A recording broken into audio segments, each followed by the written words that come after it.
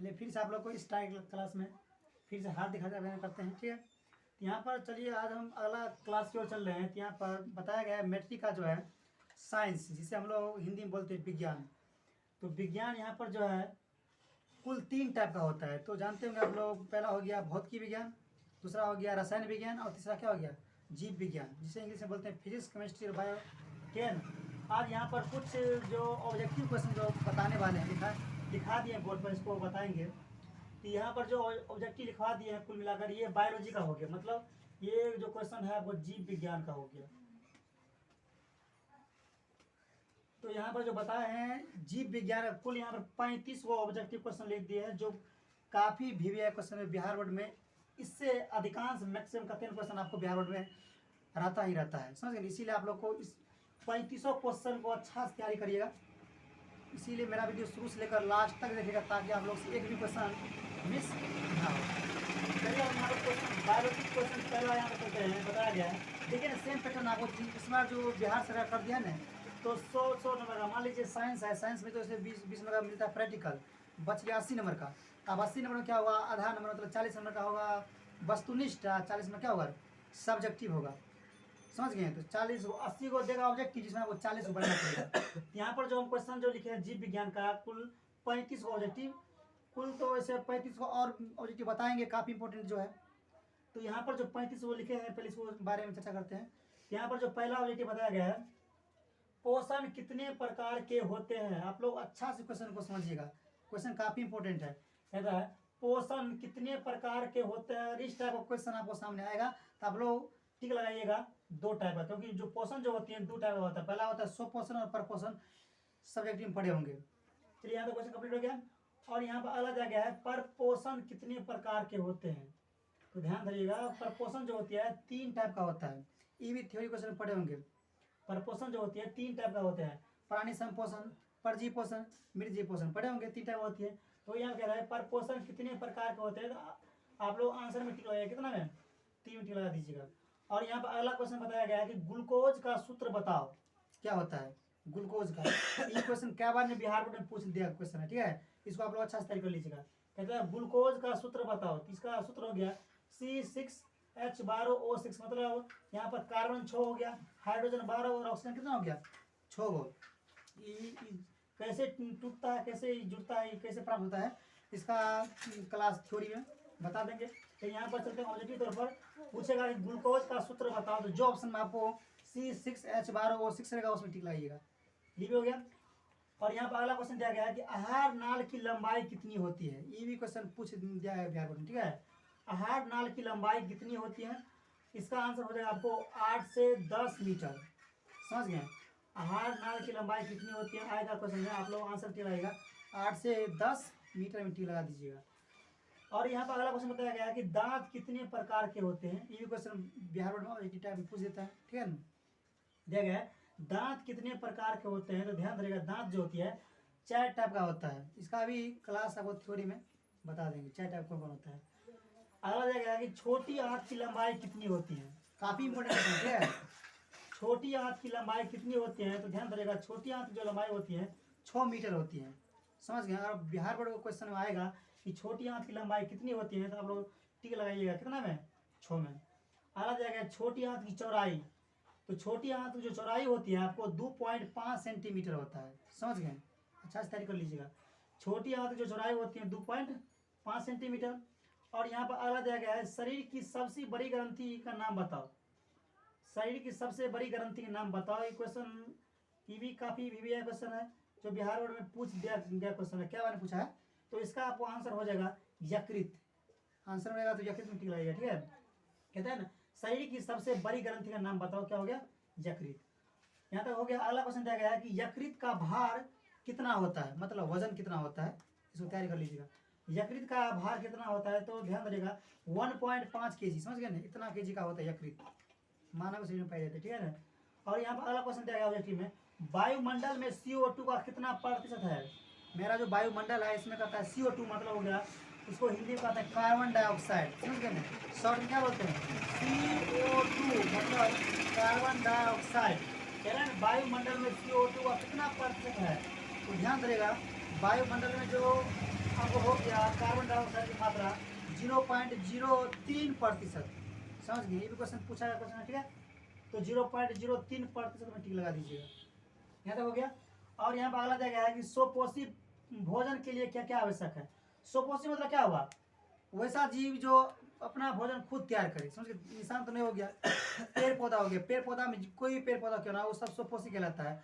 वो सब जो होता है अपना भोजन खुद तैयार करता है। समझ गए ना, वही यहाँ कहता है कि सुपोषी भोजन के लिए क्या क्या आवश्यक होता है। तो ध्यान दीजिएगा, सुपोषी भोजन के लिए आवश्यक है सबसे पहले वो क्लोरोफिल। तो क्लोरोफिल आपको क्या होती है, भोजन के मतलब पेड़ पौधों में पाई जाती है, ठीक है। उसके बाद सूर्य का प्रकाश हुआ, फिर जल हुआ। जल मतलब क्या हुआ, H2O। जल का सूत्र क्या हो गया, H2O। अगला हो गया CO2। CO2 का पूरा नाम हो गया क्या, कार्बन डाइऑक्साइड। तो इतना चीज आपको सुपोषी के लिए क्या होता है, जरूरत पड़ता है, तभी ये खाना बनाता है, मतलब भोजन तैयार करता है। समझ गए, अगर इंसान के पास क्लोरोफिल होता तो इंसान भी चलता फिरता नहीं, कमाता नहीं, खुद बैठ कर खुद आराम से खाता। समझ गए, तो क्लोरोफिल सिस्टम होती है। तो इसीलिए भगवान क्लोरोफिल आपको सुपोषी में क्या गया, मतलब पेड़ पौधा में सेटिंग कर दिया है। चलिए अगला क्वेश्चन यहाँ पर दिया गया है, सूर्य के प्रकाश को कौन अवशोषित करता है। समझ गए, सूर्य के जो प्रकाश है उसे कहता है कौन अवशोषित करता है। तो ध्यान दीजिएगा, सूर्य के प्रकाश को क्लोरोफिल अवशोषित करता है। समझ गए, तो क्लोरोफिल आपको ऑब्जेक्टिव में होगा, आंसर में आएगा तो उसमें टिक लगा दीजिएगा। और यहाँ पर अगला दिया गया है, मछली के शोषण अंग का नाम बताओ। बताएं, काफी इंपॉर्टेंट क्वेश्चन है। मछली के शोषण अंग का नाम बताएं, तो इसका आपको आंसर क्या हो जाएगा, गिल्स। क्योंकि मछली के शोषण अंग क्या हो गया, गिल्स हो गया। समझ गए, ये भी क्वेश्चन काफी इंपॉर्टेंट था। इसको यहाँ तक तो कंप्लीट हो गया होगा। और यहाँ पर अगला क्वेश्चन बताया गया है, फेफड़ा मनुष्य के कहाँ स्थित होता है। फेफड़ा जो होती है, ठीक है ना, कहता है मनुष्य के कहाँ स्थित होता है। तो आंसर में लिखिएगा आपको वक्ष गुहा में। समझ गए, तो फेफड़ा जो होती है मनुष्य के वक्ष गुहा में क्या होती है, अवस्थित होती है। और यहाँ पर अगला क्वेश्चन बताया गया है, वैसे पौधे जो पोषण के लिए सड़ी गली चीजों पर आश्रित रहते हैं वे क्या कहलाते हैं। समझ गए, तो क्योंकि यहाँ पर कभी कभार आपको थ्योरी क्वेश्चन को ऑब्जेक्टिव बनाकर पूछ देगा, तो वही थ्योरी क्वेश्चन हो गया।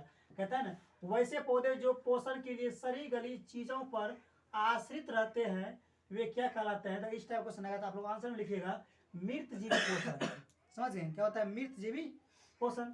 और यहाँ पर अगला दिया गया है, इनमें कौन प्रकाश संश्लेषी अंगक है। ये भी क्वेश्चन काफी इंपॉर्टेंट है। अगला 16 नंबर कहता है, इनमें कौन प्रकाश संश्लेषी अंगक है। इसका आंसर हो जाएगा आपको हरित लवक। हरित लवक में टिक लगाइएगा। समझ गए, क्योंकि प्रकाश संश्लेषी अंगक जो हो गया आपको हरित लवक ही कहलाता है। समझ गए।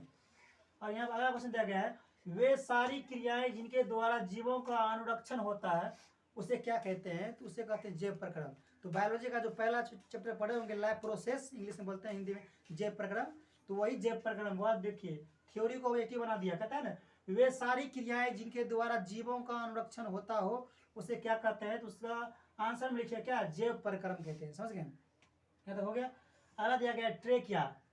ट्रेकिया को हम फेफड़ा बोलते हैं, ठीक है ना, ध्यान दीजिएगा। ट्रेकिया की लंबाई कितनी होती है। तो ट्रेकिया की जो लंबाई होती है आपको 11 सेंटीमीटर होता है। किसका, ट्रेकिया की लंबाई होती है। समझ गए, तो ट्रेकिया की लंबाई ऑब्जेक्टिव पूछेगा तो कोई 11 सेंटीमीटर आएगा। और यहाँ पर अगला दिया गया है, ट्रेकिया का व्यास कितना होता है। समझ गए, मतलब फैला कितना होता है, ठीक है। तो ट्रेकिया का जो व्यास हो गया आपको 16 सेंटीमीटर हो गया। समझ गए, ट्रेकिया का जो व्यास बताया गया है 16 सेंटीमीटर। अगला दिया गया है, निश्वास द्वारा निकली वायु में क्या रहती है। निश्वास मतलब क्या हुआ, सांस द्वारा। अभी हम सांस लेते हैं फिर छोड़ते हैं ना, कहता वही निश्वास द्वारा निकली वायु में क्या रहती है। तो आप लोग ध्यान रखिएगा CO2। CO2 को क्या बोलते हैं हिंदी में, कार्बन डाइऑक्साइड बोलते हैं। हो गया।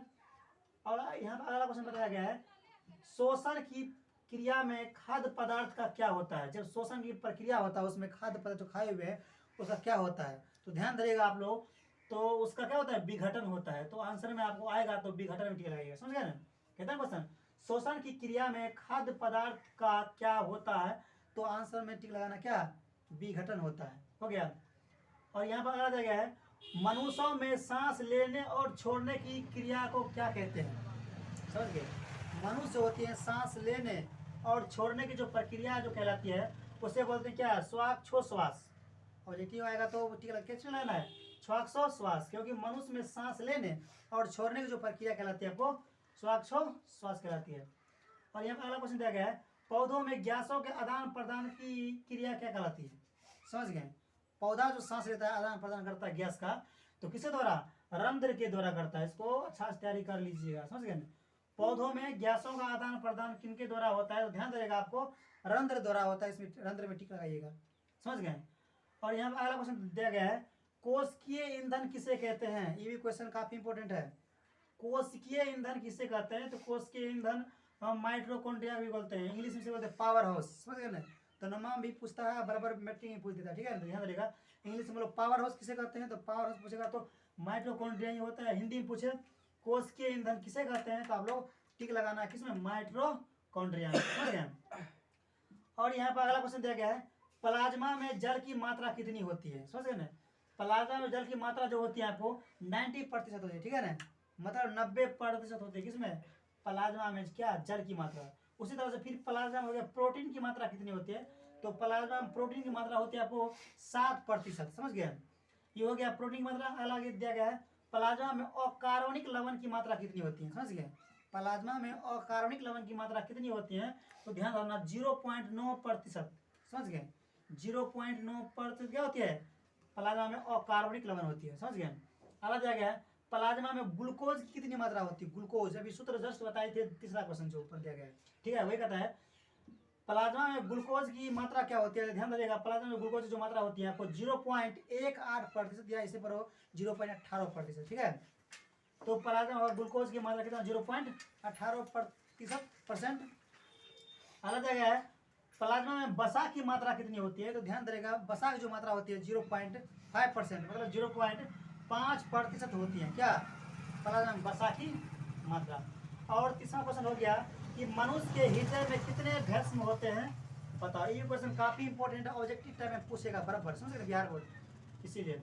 तो कहता है मनुष्य के हृदय में कितने भस्म होते हैं? तो ध्यान देगा, मनुष्य के हृदय में जो होते हैं 4 भस्म होते हैं, 4। तो पढ़े होंगे दयालिंद, बयालिंद, दयानिल और बयानिल, 4 भस्म बढ़ती है क्या? मनुष्य का जो हृदय जो होती है, दिल जो होती है, ठीक है।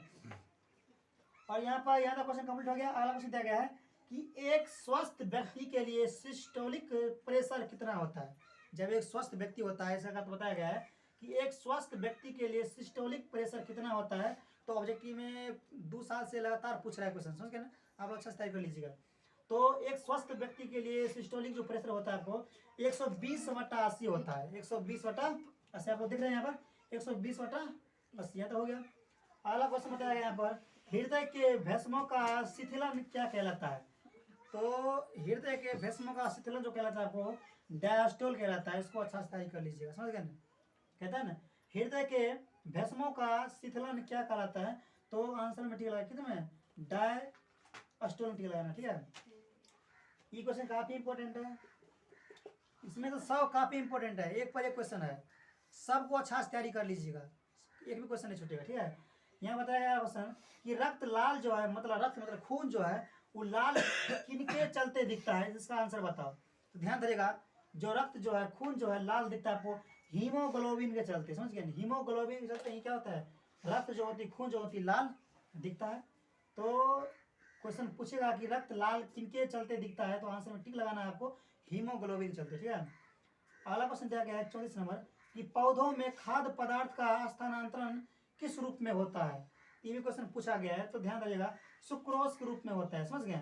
कहता है ना, पौधों में खाद्य पदार्थ का स्थानांतरण किस रूप में होता है? इसका आंसर हो जाएगा आपको सुक्रोज के रूप में, समझ गए ना। सुक्रोज में टिक लगाना है। और यहाँ पर अगला क्वेश्चन दिया गया है कि मनुष्य में कितने जोड़ी वृक्क पाया जाता है, ठीक है ना, मतलब उसमें मौजूद होती है। तो ध्यान रखिएगा आपको एक जोड़ी मतलब डबल पीस 2 होता है, ठीक है ना। तो बेरी क्या होती है? मनुष्य में पाई जाती है। तो बेरी के चलते उसी के सारा हम चलते फिरते हैं, काफी इंपॉर्टेंट है, ठीक है ना। तो एक चैप्टर भी है उत्सर्जन, बायोलॉजी में 4th चैप्टर होगा उत्सर्जन, उसमें वृक्क के बारे में पढ़ाया अच्छा से दिया गया है। तो कहता है ना, मनुष्य में कितने जोड़ी वृक्क पाया जाता है? तो इसका आंसर हो जाएगा आपको एक जोड़ी। एक जोड़ी में टिक लगा दीजिएगा। चलिए, यहाँ तक आप लोग क्वेश्चन कंप्लीट हो गया होगा। यहाँ तो बायोलॉजी का जो है, मैट्रिक क्लास का जो बायोलॉजी का यहाँ पर कुल 3500 क्वेश्चन बताए हैं। अगला जब क्लास लेंगे उसमें 3500 क्वेश्चन और बच गया है, उसका क्लास में ले लेंगे, ठीक है।